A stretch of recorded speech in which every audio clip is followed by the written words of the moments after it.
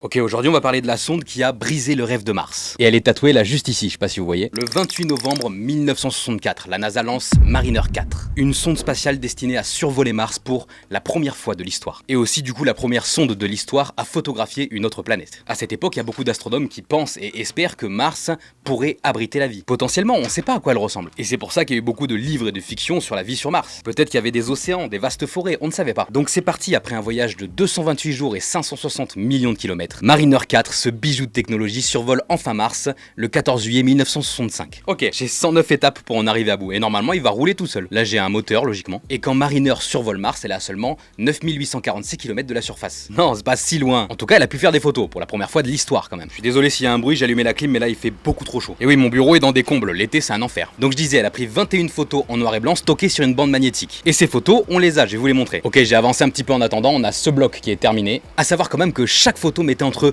8 et 9 heures pour arriver sur Terre. C'était vraiment bit par bit, via un signal radio extrêmement faible. Ils savaient pas ce qu'ils allaient avoir après des mois de préparation, des semaines de vol. Et le résultat, c'est ça, nouveau bloc terminé. Alors, imaginez leur déception quand ils reçoivent ça. Au lieu d'un monde potentiellement accueillant, on trouve une planète couverte de cratères. Sèche, désertique, ça ressemble un peu à la Lune. L'espoir d'une Mars couverte de végétation ou habitée par une civilisation extraterrestre s'éteint brutalement. Donc maintenant on a une espèce de structure qui fonctionne, voilà. Mariner 4 a aussi mesuré l'atmosphère martienne tant qu'elle était là. Pourquoi pas? C'est vrai ça. Et elle mesure une pression d'à peine environ 0,6% celle de la Terre, et composée presque exclusivement de dioxyde de carbone. Voilà, donc comme ça c'est sûr, ça rend toute vie terrestre impossible là-bas, c'est clair. Et c'est devenu un pilier, un précurseur de l'exploration spatiale. Aujourd'hui, si on a des rovers justement, c'est aussi parce qu'il y a eu Mariner. Ingenuity, mon petit préféré, a été sur Mars aussi grâce à Mariner. Perseverance et Curiosity, c'est pareil. Donc oui, Mariner a évidemment brisé un rêve, c'est sûr. Mais il a aussi ouvert une nouvelle ère, celle de l'exploration robotique interplanétaire. Eh, plutôt cool, non? Allez, je finis ça en vite fait, je vous montre le résultat. Et en attendant, like cette vidéo et abonne-toi.